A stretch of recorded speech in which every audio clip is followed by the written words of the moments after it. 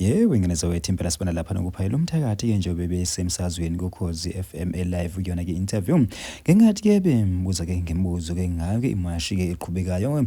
Lapha bona ke belwisana ke nabantu bokufika ke abakuleli ke engongomthetho ke abaphindi ke bavule iziphatha shop ke bathathe ke enake imisebenzi ke yabantu ke badlana ke eSouth Africa. Bafethu ngaphala masikhuluma kakhulu kuyona ke imbuso sithi MTV sithi ka usivumele ke sikushele yona ke levi yakhe ke uphayela umthakathi ke phana izindleni zomsakazo Ukhozi FM iyona ke interview akenizwele Mnumzana uNdabandaba asikubingelele siphensi kwamukele ohlelweni lweindaba zomphakathi ezangaphela sonto. Angikhuleke esilweni samabandla, angikhuleke kongangokujula kolwandle, angikhuleke kongangentaba zakhe zonke. Ngithi isilo samabandla bayede ngibingelele ukukhuleke futhi kakhulu ngokuhlonipha enkosini yakithi kwaMandlakazi, ngikhuleke enkosini yakithi kwaNqobuzulu ematheni kwaNongoma. Ngibingelela isifundazwe sonke, ngithokoze kakhulu qiniso, ngibingelela kubaphathi bokhozi nawe, ngiyathokoza kakhulu.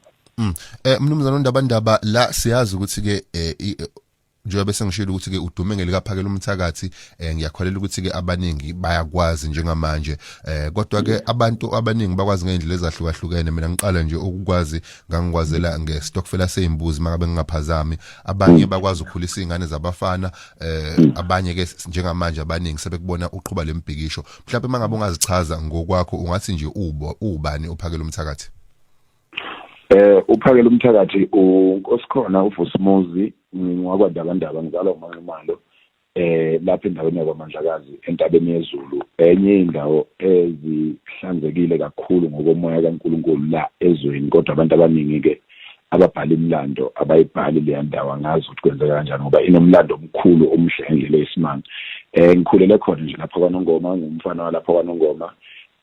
Ngenhlanhla amabanga aphansi ngathi ukufunda nami kulezi ikole eyifunda lezi ingane zabantu abahlala emadolobheni. Ngangifunda nezingane zabelungu kwakuyisikole sabelungu empeleni eGlen Park Primary School elapha eHluhluwe. Kuthe ngokudlula kababa ke emhlabeni ngina 12 years and then kwafanele ngisuke kwamalume ngibuyele ekhaya.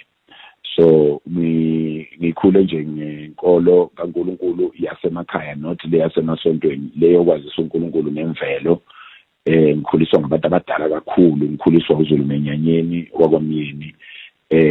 Ngoba umama wami bena kangimazi, washesha wahamba emhlabeni, ubaba kushona ngineminyaka ewu12. So ngathathwa u-aunt wami ngahlala kwaMyeni, ngakhuliswa ubaba wakwaMyeni nobabekazi wami ubaphumzile. Kwakungabantu abadala kakhulu, ubaba uMyeni waye ezalwe ngo-1895. Ushone ngo-2007. Ubabekazi wami wayezalwe ngo-1926, washona ngo-2009. So-ke ngakhulela endaweni enhle ngendlela yesimanga. Ngicabanga ukuthi enye izinto enginenhlanhla yazo empilweni yami ukuthi ngakhulela emzini omuhle, ngakhulela emphakathini omuhle, namanje futhi kusebenzisene esifanayo namanje njengoba siphila. Zonke lezi zinto engizenzayo ngizenza iqhamuka lapho kulolo hlelo lokukhuliseka ngibanjwe ngesandla. Yeah, siyazi la ukuthi ke uyayibe nokubambisana noJacinta Ngobese kuyona iMarch and March, kodwa ke kule mbhikisho yakamuva ubonakale ke kuwena osekhaleni layo. Ngabe ibihluke kanjani le mbhikisho kade uyisingethe kunale yeMarch and March? Udadewethu umama wakwaZuma uMangobese uJacinta uqale umkhankaso ngonyaka ophelile wokuthi ake kubukwe lezi indaba zabantu bokufika ngoMarch. I think kwakuFebruary ngiqala ukuxhumana naye mina ngiqale ngo-2014 ukulwela izwe nokuzama ukulekelela abantu besilisa ukuthi bebuyele unyembeza, bebuyele ithemba, bebuyele ukubheka izinto ezimqoka empilweni nokuqonda ukuthi kungani thina singabantu besilisa kufanele umqondo wethu uhlale uhlanzekile, uhlale sibhekile ukuthi ezweni kwenzakalani. Izwe ke ngeke uqale ngokuyobheka izwe uyinsizwa ungakabheki ukuthi ikhaya lakini lime kanjani, udadewenu uphila kanjani, ekhaya lakini kumi kanjani. Ube nohlelo nje oluqondile njengendoda ukuthi igceke lakini lime kanjani. So ke saqala lento ngo-2014 ebizwa ngokuthi insizwa nobunsizwa.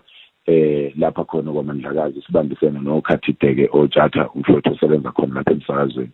Sibambisene nabo ukuthi sakhe amadoda siqede lento yokuhlale njalo makukhona la kuhlangene khona insizwa seziyaxabana njalo lapho kuhlangene khona insizwa ziyalwa sakuqeda kwaMandlakazi and njengamanje kwaMandlakazi ibutho lakhona ibutho elikhulu kunawo wonke amabutho akhona lapha eSouth Africa ngokwamakhosi ngokuhlukahlukana kwamakhosi ngoba ibutho lakhona nje inkosi mangabe libizele libo 10,000 weinsizwa so ke lokhu kwasilekelela kakhulu ukuthi sikwazi ukuqonda ukuthi thina simeleni sase sibona wasephakamisa ukukhathi Duterte ukuthi hayi ngoba into engangiyenza emphakathini le wakithi kuphela wasephakamisa ukuthi ayiwendoda ngoba lento yenza iyasebenza la awuyivule ingene na social media uyivezele bonke abantu ngoba yinhle nabanye abantu bakhona nabanye abantu abangayithanda avela kanjalo ukuthi igcine senginingi ku social media zona into okufanele zesilekelela ngazi insizwa ukuthi ihlawule ingane insizwa inobole ngoba siyazi ukuthi